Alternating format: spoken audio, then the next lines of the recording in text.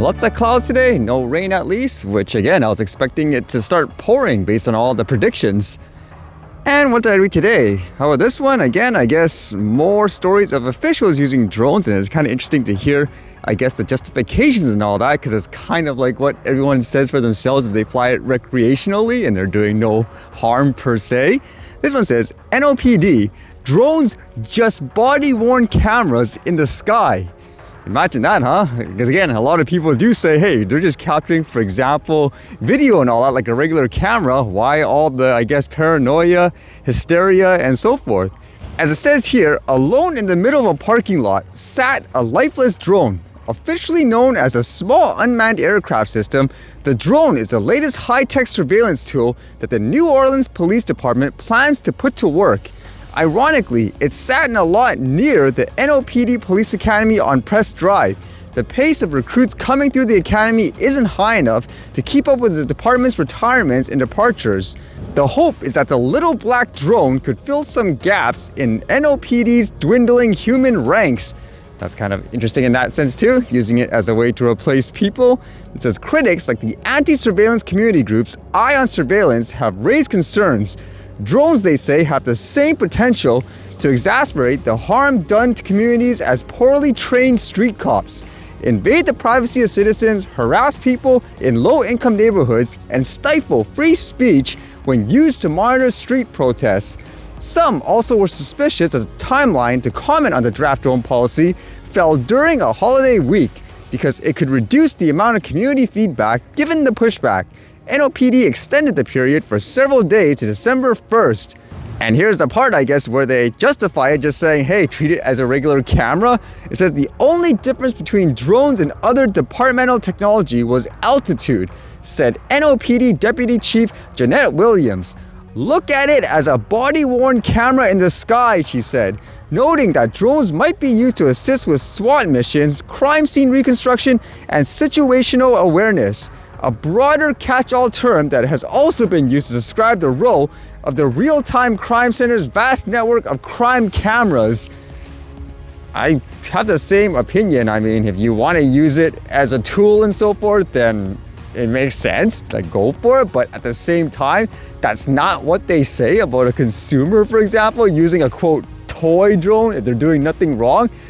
And again, it's like, why is it okay for an official to use that type of logic and reasoning, but when it comes to everyone else, it's nope, you're going to jail, you're getting a fine, do not fly that. So in that sense, it makes absolutely no sense. But let's see how that one turns out. And then I was reading this one here, where apparently Google made an agreement with the Canadian government to, I guess, provide compensation as a result of that controversial Bill C-18 law, where a lot of platforms, for example, like a Facebook, they're saying, oh, we're not posting any Canadian news and stuff like that. Now, because I guess they gave them some kind of payment, it seems like the government is saying, okay, we should give the CBC like some funds and so forth. It makes me wonder why this organization specifically, like that's the first thing in your mind. This one says, Heritage Minister says it makes sense for CBC to get Google funds, suggests cap is possible. Heritage Minister Pascal Saint-Onge says it would be within the spirit of the government's digital news law if CBC Radio Canada were to receive money from Google, but suggested its share of the $100 million fund may be capped. In an interview on Rosemary Barton Live airing Sunday, Saint-Onge said the deal was, quote, mainly and mostly about written press, but that broadcasters like CBC, Radio Canada also had digital written news and could be included.